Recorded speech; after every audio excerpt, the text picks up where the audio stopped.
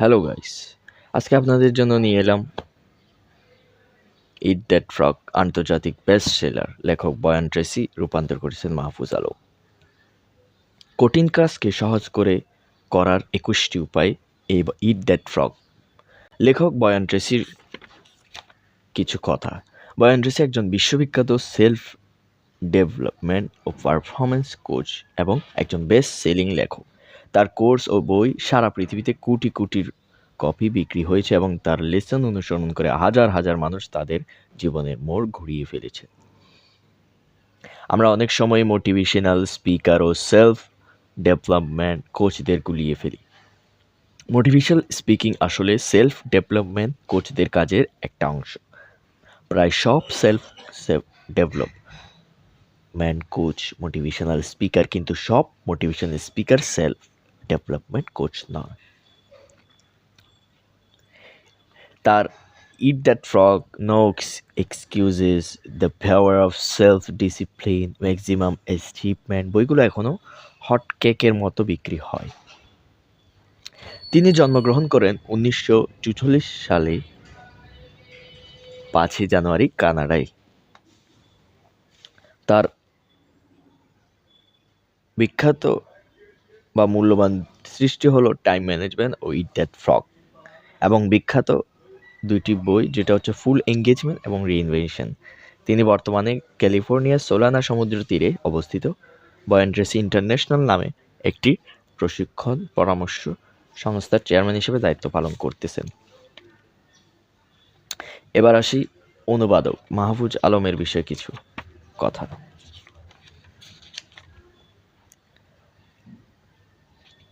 তিনি বাংলাদেশের রাঙ্গামাটি জেলায় 1 জানুয়ারি পার্বত্য রাঙ্গামাটি জেলায় জন্মগ্রহণ করেন। বাবা মুক্তিযোদ্ধা ছিলেন এবং একজন বিশিষ্ট শিক্ষা অনুরাগী সমাজসেবী হিসেবে পরিচিত। তিনি মাহফুজ আলম পড়ালেখা করেছেন ইংরেজি সাহিত্যে, সঙ্গীত আবৃত্তি ও নান্দনিক শিল্প চর্চায় বিশেষ নিষ্ঠাবান। তিনি অনুবাদ কর্মেও বিশেষ আগ্রহী। চেতন ভগত, নেপোলিয়ান হিল, ড্যান ব্রাউনের মতো বেস্ট সেলার লেখকদের এই লেখক অনুবাদ করেছেন। বাংলা ভাষায় তার অনুবাদগুলো সহজ এবং সাবলীল। সৃষ্টিশীল বইগুলোতে তার সহজাত স্বাচ্ছন্দ্য অনুভবে সুচারু চৈতন্য এবং সৃষ্টিশীল স্বকীয় প্রতিভার প্রকাশ করেছে। সাহিত্য জগতে তার পদচারণা প্রশংসনীয় ও অন্যান্য ব্যতিক্রম প্রতিভার আলোকে দীপ্তিমান। এবার শুরু করছি ইট দ্যাট ফ্রগের ফার্স্ট চ্যাপ্টার, যেটার নাম হচ্ছে টেবিলটি সাজিয়ে নিন। এর আগে বলিনি, নেপোলিয়ান হিল বলেছিলেন ওদের প্রথমে শুরুতেই যে জয়ের জন্য একজন মানুষের জীবন অবশ্যই থাকা দরকার, তা হলো লক্ষ্য উদ্দেশ্যের স্থির করা।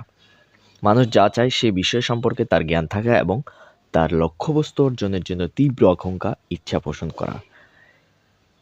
এটি লেখক বয়ান ট্রেসি নেপোলিয়ানের হিলের এই সংজ্ঞাটা তিনি পেশ করলেন। এবার নিজের ব্যাংকটিকে নির্ধারণ এবং খাওয়া শুরুর আগেই স্পষ্ট সিদ্ধান্ত নিতে হবে। জীবনের প্রত্যেক ক্ষেত্রে কি অর্জন করতে চাইছেন, ব্যক্তিগত কর্মদক্ষতার বিষয়ে পরিষ্কার ধারণা রাখা সবচেয়ে গুরুত্বপূর্ণ বিষয়।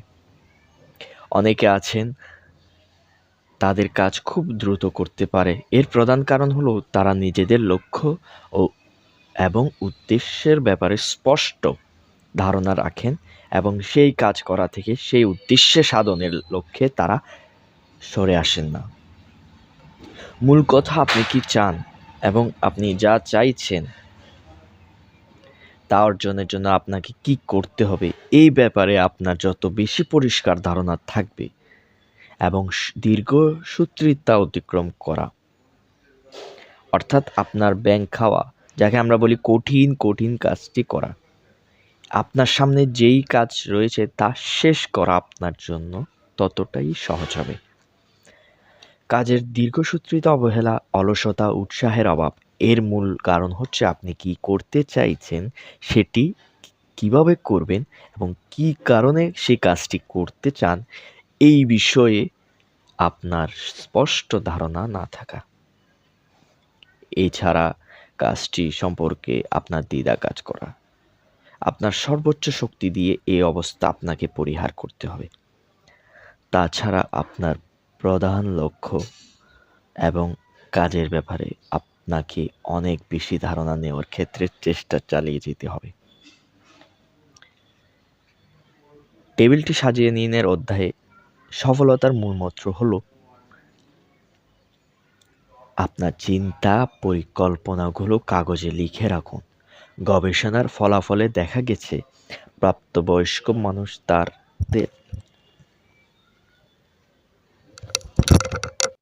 তাদের লক্ষ্য পরিষ্কারভাবে লিখিত রেখেছেন। যারা লিখেছেন তারা অনেকের চাইতে বেশি শিক্ষিত এবং অনেক ক্ষেত্রে সামর্থ্যবান লোকের চাইতে ৫ থেকে ১০ গুণ অধিক কাজ করতে পেরেছে। লক্ষ্য নির্ধারণের পাশাপাশি সেটি অর্জনের জন্য রয়েছে শক্তিশালী সূত্র, যে সূত্রগুলো আমরা তাদের পরবর্তী জীবনে কাজে লাগাতে পারি। আমি আবার বলছি, সফলতার মূলমন্ত্র হলো আপনার চিন্তা পরিকল্পনাগুলো কাগজে লিখে রাখুন। গবেষণার ফলাফলে দেখা গেছে প্রাপ্তবয়স্ক মানুষ তাদের জীবনের লক্ষ্য পরিষ্কারভাবে লিখিত রেখেছেন। যারা লিখেছেন তারা অনেকের চাইতে বেশি শিক্ষিত এবং অনেক ক্ষেত্রে সামর্থ্যবান লোকের চাইতে ৫ থেকে ১০ গুণ অধিক কাজ করতে পেরেছেন। এটি হয় খুবই সহজ ৭টি মাধ্যমে। মানে টেবিলটি সাজিয়ে নেওয়ার অধ্যায়ে এটা হচ্ছে আরেকটা পার্ট, যেখানে বলা হয়েছে এটি হয় খুবই সহজ ৭টি মাধ্যমে। এই উপায়গুলো একটি পদক্ষেপ আপনার উৎপাদনশীলতা, কর্মদক্ষতা কিংবা ৩ গুণ করে ফেলতে পারে। এই ৭টি উপায় ব্যবহার করে অনেক গ্র্যাজুয়েট কয়েক বছর কিংবা কয়েক মাসের মধ্যেই বিস্ময়করভাবে তাদের ইনকাম ২ গুণ বা ৩ গুণ বৃদ্ধি করতে পেরেছে। এবার চলুন পদক্ষেপগুলো দেখে নেওয়া যাক। পদক্ষেপ নাম্বার ১, আপনি আসলে যা করতে চাইছেন সেই বিষয়ে সিদ্ধান্ত নিন। আপনি নিজের সিদ্ধান্ত নিতে পারেন অথবা আপনার ঊর্ধ্বতন কর্মকর্তার সাথে আলোচনা করে আপনার লক্ষ্য উদ্দেশ্য নির্ধারণ করতে পারেন। যতক্ষণ না আপনি কি অর্জন করতে চান এবং আপনার গুরুত্বপূর্ণ জায়গাগুলো স্বচ্ছ কাচের মতো স্পষ্ট না হবে। একটি বিষয় আমাদেরকে অবাক করেছে যে অনেকেই দিনের পর দিন কম মূল্যবান, কম গুরুত্বপূর্ণ কাজ করে যাচ্ছে। কারণ তারা হলো তাদের সিনিয়রের সাথে লক্ষ্য নির্ধারণ নিয়ে স্বচ্ছভাবে কোনো আলোচনাই করে নাই। পলিসি বা সিস্টেম হচ্ছে সময়ের সবচাইতে বাজে ব্যবহারের উদাহরণ হলো এমন কাজ খুব গুরুত্ব সহকারে করা যা মোটেই আপনার পক্ষে করা উচিত ছিল না।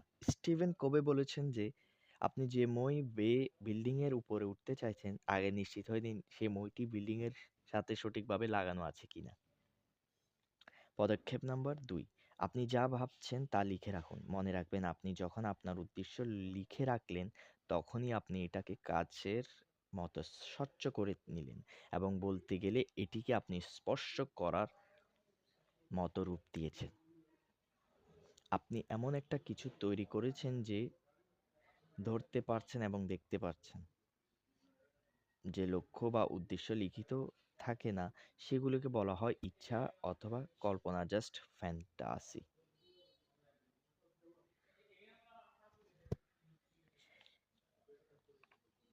এর পিছনে কোনো শক্তি থাকে না। অলিখিত লক্ষ্য উদ্দেশ্য ব্যক্তিকে এবং দ্বিধা অস্পষ্টতা এবং অনেকগুলো ভুলের দিকে নিয়ে যায়। পদক্ষেপ নাম্বার ৩, আপনার লক্ষ্য উদ্দেশ্য অর্জনের জন্য একটি নির্দিষ্ট সময় অথবা ডেডলাইন ঠিক করুন। আপনি চাইলে আপনার লক্ষ্য পৌঁছানোর জন্য সময়কে ভাগ করে নিতে পারেন। সময়সীমা নির্ধারণ করা না হলে লক্ষ্য অর্জন অথবা সিদ্ধান্ত বাস্তবায়নের জন্য কোনো পেছনা অথবা তাড়া থাকে না। বস্তুত এর কোনো শুরু বা শেষ নাই।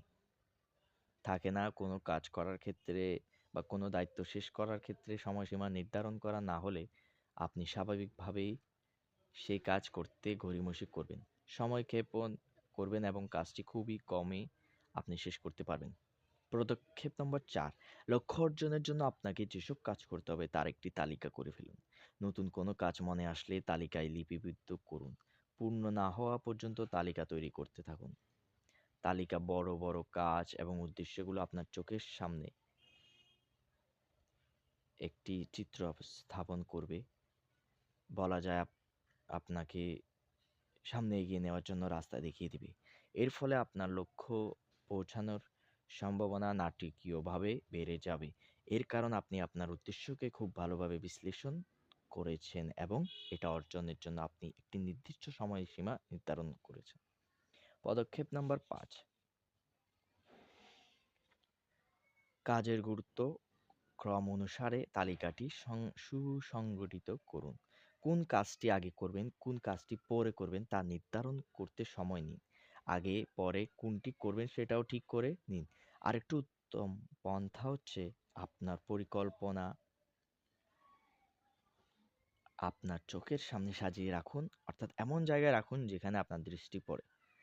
একটি কাগজের উপর বক্স বৃত্তের সিরিজ দিয়ে আপনার পরিকল্পনাটি উপস্থাপন করতে পারেন। সেখানে রেখা ও তীর চিহ্ন এর মাধ্যমে একটি কাজের সাথে অন্য কাজের একটি পারস্পরিক সম্পর্ক দেখানো যাবে।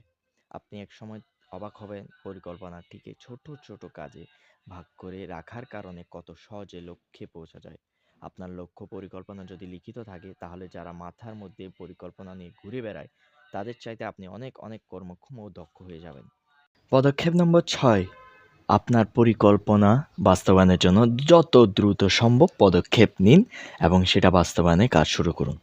অন্তত কিছু একটা করুন। খুব ভালোভাবে বাস্তবায়ন করা কোনো সাধারণ পরিকল্পনা কিছুই করা হয়নি এমন অসাধারণ পরিকল্পনা থেকে অনেকটাই উত্তম। মূল কথা, আপনার যে কোনো সফলতা অর্জনের ক্ষেত্রে কাজ শেষ করাটাই সবকিছুর মূল। পদক্ষেপ নম্বর ৭, প্রতিদিন কিছু না কিছু করুন যা আপনাকে আপনার মূল লক্ষ্যের দিকে নিয়ে যাবে। এই কাজগুলো দিয়ে আপনি আপনার নিত্যদিনের তালিকা তৈরি করুন। এছাড়া একই প্রধান বিষয়ের উপরে নির্দিষ্ট করে লেখা কয়েকটি পৃষ্ঠা নিয়মিত পড়তে থাকুন। চোখের সামনে রাখুন। আপনার নির্দিষ্ট সম্ভাব্য ব্যক্তি অথবা গ্রাহকের সাথে নিয়মিত কথা বলতে পারেন। এখানে উল্লেখ করা যেতে পারে আপনি যদি কোনো বিষয়ের উপর সফলতা অর্জন করতে চান অথবা কোনো বিষয়ের জ্ঞান অর্জন করতে চান, সেটি গুরুত্ব সহকারে শুরু করতে না পারলেও একটু একটু করে সেই সম্পর্কে ধারণা নিতে থাকুন। দেখবেন আপনি আপনার কাঙ্ক্ষিত লক্ষ্যে পৌঁছে গেছেন। ওই বিষয়ের উপরে আপনার যথেষ্ট জ্ঞান এবং দক্ষতা অর্জন হয়েছে। আপনার লক্ষ্য ও উদ্দেশ্যগুলো নিয়ে ভাবুন, সেগুলো নিয়ে নিয়মিত পর্যালোচনা করুন। প্রতিদিন যখন কাজ শুরু করবেন সেটি যথাযথভাবে শেষ করার পদক্ষেপ গ্রহণ করুন। এইভাবে আজকের ইট দ্যাট ফ্রগের চ্যাপ্টার 1 বা অধ্যায় 1 টেবিলটি সাজিয়ে নিন শেষ হয়েছে। যদি পরের অধ্যায় আপনার এই অধ্যায় যদি ভালো লাগে তাহলে পরের অধ্যায়ের জন্য অপেক্ষা করুন। আমরা শীঘ্রই পরের অধ্যায় নিয়ে আসছি। পরের অধ্যায়ের নাম প্রতিদিনের পরিকল্পনা গ্রহণ করুন। শুনতে চোখ রাখুন আমার চ্যানেলে।